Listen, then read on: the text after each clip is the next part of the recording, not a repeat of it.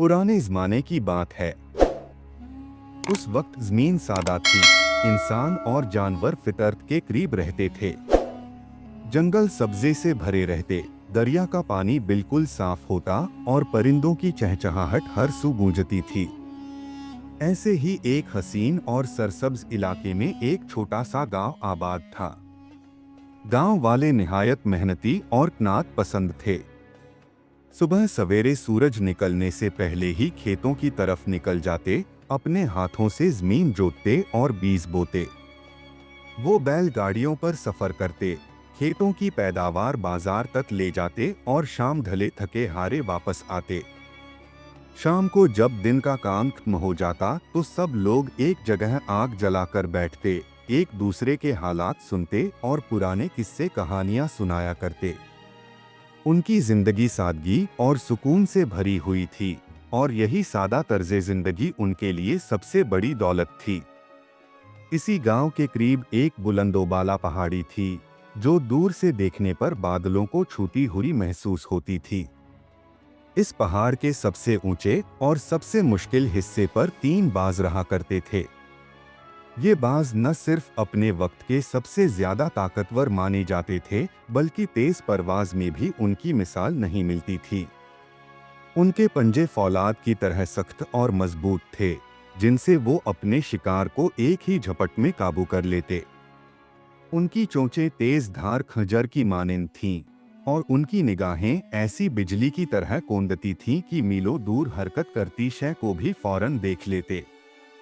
लेकिन एक कमजोरी उनके अंदर सब खूबियों पर भारी थी, और वो थी लालच। वो जितना भी शिकार हासिल कर लेते, उस पर कभी मुतमिन न होते। अगर एक मोटा ताजा खरगोश हाथ आ जाता तो फौरन दिल में ख्याल आता कि 2 क्यों न हो, और अगर किस्मत से 2 मिल भी जाते तो सोचने लगते कि 4 क्यों नहीं पकड़े। गोया उनका पेट कभी भरने का नाम ही नहीं लेता था। शिकमसेरी उनके नजदीक एक ऐसी चीज थी जो जितनी भी मिले कम लगती थी, और यही न खत्म होने वाला लालच उनके दिलों में हमेशा सर उठाए रहता था। हर रोज वो तीनों बाज अली सुबह अपने घोंसले से निकलते और जंगल की वसतों में फैल जाते। कभी किसी दरख्त की शाख पर बैठी छोटी चिड़िया पर झपटते, कभी घास में रेंगते हुए सांप को अपनी तेज चोंच से दबोच लेते, और कभी किसी बेखबर जानवर पर हमला होकर अपने पंजों में जकड़ लेते। उनकी परवाज इतनी तेज थी कि शिकार को संभलने का मौका ही न मिलता। वो शिकमसीर होने तक खाते और अपने आप को ताकतवर महसूस करते। मगर ये सुकून लम्हाती होता, क्योंकि खाने के बाद भी उनकी आंखें लालच से चमकती रहतीं और आसमान की वसतों में मजीद शिकार की तलाश में भटकती रहतीं। एक दिन सूरज ढलने लगा था। शाम की सरखी आसमान पर फैल रही थी, और डूबते हुए सूरज की किरणें पहाड़ों और दरख्तों को एक अजीब सुनहरी रोशनी में नहला रही थीं। फ़ज़ा में परिंदों की वापसी की आवाज़ें गूंज रही थीं, और जंगल पर एक परसुकून सा सन्नाटा छाने लगा था। ऐसे परसर मंजर में तीनों बाज अपने घोंसले के करीब एक बड़े पत्थर पर आकर बैठ गए। उनके परों पर सुनहरी रोशनी पड़ रही थी, और वो सब गहरी सोच में डूबे नजर आ रहे थे। कुछ देर खामोश रहने के बाद सबसे बड़े बाज ने अपने परों को समेटते हुए संजीदगी से कहा, भाइयों, हम दिन रात शिकार करते हैं, आसमान की वसतों में उड़ते हैं, अपनी ताकत से जानवरों को दबोचते हैं, मगर फिर भी दिल मुतमिन नहीं होता। आखिर इसकी वजह क्या है? ये बात सुनकर दूसरा बाज अपनी जगह संभल कर बैठ गया और परों को हल्का सा झटक कर बोला, मेरी नज़र में वजह यह है कि हम अभी तक उस राज से वाकिफ नहीं हुए जिसके जरिए हमेशा शिकार हमारे काबू में रहे। हम महज अपनी ताकत पर भरोसा करते हैं, लेकिन कोई ऐसा इल्म या कोई ऐसा तरीका हमारे पास नहीं जिससे कभी खाली पेट न रहना पड़े। इसकी बात पर तीसरे बाज ने, जो तीनों में सबसे ज्यादा मगरूर और अपनी कुव्वत पर नाज़ा था, गुरूर भरे लहजे में कहा, बिल्कुल दुरुस्त। हमें अपनी परवाज और पंजों पर तो एतिमाद है, लेकिन ये काफी नहीं। हमें ऐसा इल्म चाहिए, ऐसा हुनर चाहिए जो हमें इस बात की ज़मानत दे कि कभी हमारे घोंसले खाली न रहें और कभी हमें भूख का सामना न करना पड़े। उनकी ये गुफ्तगू करीब ही एक बूढ़े किसान ने सुन ली जो उसी गांव के किनारे रहता था। ये किसान अपनी अक्ल, समझ और बरसों के तजुर्बे की वजह से सबके दरमियान मशहूर था। उसकी आंखों में सुकून और चेहरे पर वकार झलकता था। धूप और मेहनत ने उसकी जिल्द को सांवला कर दिया था और उसकी पेशानी पर वक्त की लकीरें साफ दिखाई देती थीं। उसके सर और दाढ़ी के सफेद बाल गोया इस बात की गवाही दे रहे थे कि उसने जिंदगी के कई मौसम देखे हैं। यही सफेदी उसके इल्म व तजुर्बे की असल पहचान थी। वो किसान आहिस्ता आहिस्ता उनके करीब आया, अपने हाथ में पकड़ी हुई लकड़ी की छड़ी पर सहारा लेते हुए रुका और गहरी निगाहों से बाजो को देखते हुए बोला, ऐ बाजो, तुम ताकत के नशे में डूबे हुए हो, लेकिन ये बात हमेशा याद रखो कि ताकत उस वक्त तक कारआमद नहीं होती जब तक उसे अक्ल की रहनुमाई हासिल न हो। लालच एक ऐसी आग है जो इंसान को भी और परिंदे को भी अंधा कर देती है और आखिरकार इसी की लपेट में लेकर बर्बाद कर डालती है। किसान की ये बात सुनकर बाजों ने पहले तो एक दूसरे की तरफ देखा, फिर अचानक उनके चेहरों पर गुरूर भरी मुस्कुराहट फैल गई। अगले ही लम्हे वो सब जोर जोर से हंसने लगे, जैसे किसान की नसीहत को महज एक मजाक समझ लिया हो। उनमें से एक बाज ने अपने परों को झटकते हुए तंजिया लहजे में कहा, हम इतने ताकतवर और तेज परवाज के मालिक हैं कि हमें अक्ल जैसी चीज की क्या जरूरत। हमारी तेज चोंच और मजबूत पंजे ही हमारी असल ताकत हैं और इन्हीं के बल पर हम सब पर गालिब हैं। ये सुनकर दूसरा बाज गुरूर से गर्दन ऊंची करके बोला, हमारे लिए अक्ल की बातें वक्त जाये करने के बराबर हैं। हमें सिर्फ ये बताओ कि कहाँ ज्यादा शिकार मिलेगा, बाकी सब कुछ हम अपनी ताकत और परवास से खुद संभाल लेंगे।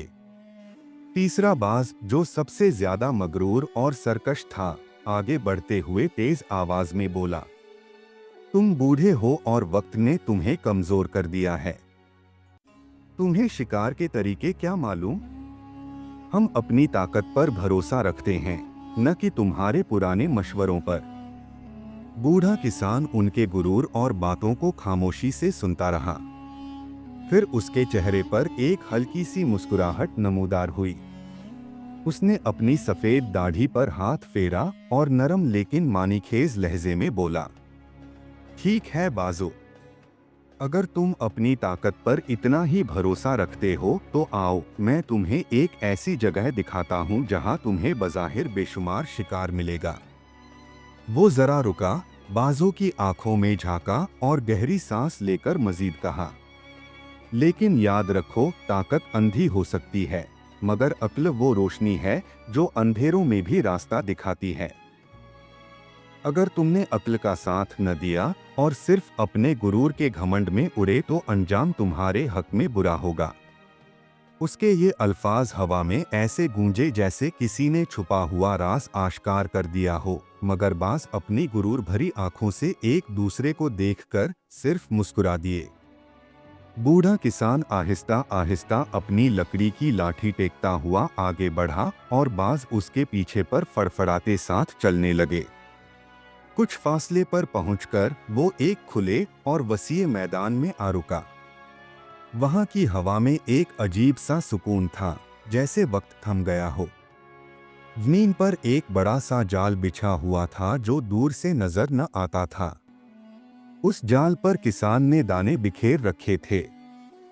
शाम की ढलती धूप जब उन दानों पर पड़ती तो वो ऐसे जगमगाने लगते जैसे किसी ने सोने के टुकड़े मैदान में बिखेर दिए हों। परिंदे अक्सर इस चमक और खुशबू से धोखा खा जाते थे। बाजों ने जैसे ही ये मंजर देखा तो उनकी आंखें लालच से चमक उठीं। तीनों ने एक दूसरे को देखा और उनके चेहरों पर एक फातेहान मुस्कुराहट फैल गई। उनके पर और ज्यादा जोश से फड़फड़ाने लगे, जैसे वो फौरन नीचे झपटने को तैयार हों। बूढ़ा किसान जरा पीछे हट गया और खामोशी से उनके रद्देअमल को गौर से देखने लगा। उसकी आंखों में वो इत्मीनान झलक रहा था जो सिर्फ एक तजुर्बेकार और दाना शख्स के पास होता है। बूढ़े किसान ने अपनी लाठी जमीन पर जोर से टिकाई और संजीदा लहजे में बोला, याद रखो, ये दाने मुफ्त के नहीं हैं। ये शिकारियों का बिछाया हुआ जाल है। बज़ाहिर ये चमकते हुए सोने जैसे लगते हैं, लेकिन हकीकत में ये तुम्हारे लिए कैद व बंद का सामान है। उसने तीनों बाजों की आंखों में देखते हुए कहा, दुनिया में कभी भी आसानी से मिलने वाली चीज पर भरोसा मत करना। जो चीज जितनी ज्यादा दिल को लुभाए, उसमें उतना ही बड़ा धोखा छुपा होता है। अगर अक्ल से काम न लिया तो तुम्हारी ताकत और परवाज भी तुम्हें इस अंजाम से नहीं बचा सकेंगी।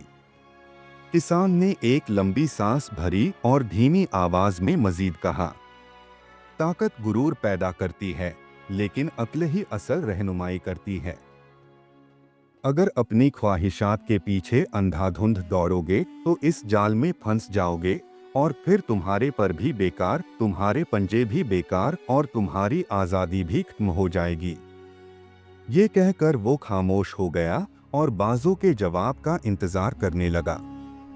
लेकिन बाजों पर लालच इस कदर गालिब आ चुका था कि वो किसान की बातों को सुन ही न पाए। उनकी आंखों में सिर्फ वो चमकते हुए दाने थे जो सुनहरी किरणों में जगमगा रहे थे। वो समझे जैसे ये दाने ही उनकी हमेशा की भूख का इलाज हैं। अचानक तीनों बाजों ने एक दूसरे की तरफ देखा, फिर जोर से अपने परों को फैलाया और आसमान से तेजी से नीचे झपटे। उनके परों की हवा से गर्द उड़ने लगी और लम्हा भर में वो जमीन पर पहुंच गए। पलक झपकते ही वो दानों पर झपटे और अपनी चोंचों से दाने चुगने लगे। मगर जैसे ही उनके पंजे जमीन को छुए, जाल अचानक ऊपर की तरफ खिंच गया। देखते ही देखते वे तीनों उस जाल में उलझ गए। अब वे जितना जोर लगाते, जाल की रस्सियां उतना ही उनके पंखों और पंजों में उलझती जाती। उनके फौलादी पंजे बेकार थे, उनकी तेज चोंचें जाल को काट न सकीं और उनकी बिजली जैसी उड़ान अब जमीन पर कैद होकर रह गई। वे बेताब होकर जोर जोर से पंख मारने लगे। जमीन पर मिट्टी उड़ने लगी, घास कुचलने लगी, मगर आजादी फिर भी दूर की बात थी। अब उनकी पूरी ताकत और घमंड पल भर में मिट्टी में मिल गया था। कुछ ही देर गुजरी थी कि दूर से कदमों की आहट सुनाई दी। सूखी घास की सरसराहट और जमीन पर भारी जूतों की छाप करीब आती गई। बाजों ने गर्दन मोड़कर देखा तो दो शिकारी तेजी से उनकी तरफ बढ़ रहे थे। दोनों के चेहरों पर खुशी और हैरत मिलीजुली मुस्कान थी, जैसे किस्मत ने आज उनके हाथ कोई अनमोल खजाना दे दिया हो। एक शिकारी ने दूसरे के कंधे पर हाथ मारकर जोर से कहा, अरे वाह, क्या नसीब है हमारा। तीनों एक साथ फंस गए। ऐसा मौका तो जिंदगी में एक बार ही मिलता है। दूसरे शिकारी ने हंसते हुए जवाब दिया, हाँ भाई, आज तो किस्मत हमारे साथ है। ये बाज अगर अलग अलग फंसे होते तो पकड़ना मुश्किल था, लेकिन देखो, लालच ने इन सबको एक ही जाल में कैद कर दिया। अब तो हमें दिनों का फायदा एक ही दिन में मिल गया। दोनों खुशी से खखे लगाते हुए करीब आ गए। उनकी आंखों में वही चमक थी जो शिकारी की आंखों में शिकार देखकर जागती है। बाज अपनी पूरी ताकत से फड़फड़ाते, पंख मारते और पंजों से जाल तोड़ने की कोशिश करते रहे, मगर अब सब बेकार था। शिकारी इत्मीनान से आगे बढ़े और जाल के किनारों को मजबूती से थामकर खींचने लगे। बाज बेबसी से फड़फड़ाते रहे, लेकिन अब उनके पंख मिट्टी में अटक चुके थे और उनके पंजे रस्सियों में उलझ गए थे। दोनों शिकारी हंसते हुए जाल लपेटने लगे, जैसे कोई मामूली सा सामान बांध रहे हों। फिर उन्होंने बिना किसी दिक्कत के तीनों बाजों को अपने कंधों पर डाल लिया और खुशी खुशी वहां से चल दिए। बाजों की आंखों में वहशत और पछतावे की झलक थी। वे समझ चुके थे कि लालच ने उनसे आजादी छीन ली है, मगर अब पछताने का वक्त गुजर चुका था। उनकी तेज उड़ान, फौलादी पंजे और बिजली सी नजरें सब बेकार साबित हुईं। दूर खड़ा बूढ़ा किसान यह मंजर खामोशी से देख रहा था। उसकी आंखों में अफसोस और होठों पर कड़वी मुस्कान थी। उसने आह भरी और धीमे मगर भारी लहजे में कहा, ताकत हमेशा घमंड पैदा करती है और घमंड इंसान या परिंदे को अंधा कर देता है। लालच वो जहर है जो अक्ल को मिटा देता है, और जिसका दिल अंधा हो जाए उसका अंजाम हमेशा हलाकत होता है। कुछ लम्हे खामोश रहकर उसने और कहा, असली ताकत तो अक्ल है, क्योंकि अक्ल ही वो रोशनी है जो अंधेरों से बचाती है। इंसान हो या परिंदा, अगर अक्ल के साथ नात संतोष न हो तो सब कुछ होते हुए भी सब कुछ खो बैठता है। यह कहकर वह आहिस्ता आहिस्ता अपने खेतों की तरफ लौट गया और मैदान में सुनहरी रोशनी के बीच सिर्फ जाल की खाली झलक बाकी रह गई। ताकत और दौलत इंसान को अंधा कर देती हैं। वह समझता है कि बस यही उसकी असली ताकत है, लेकिन दरअसल असली ताकत अक्ल, सब्र और नात संतोष है। जो अक्ल से महरूम है वह अपनी ताकत के बावजूद हलाक हो जाता है।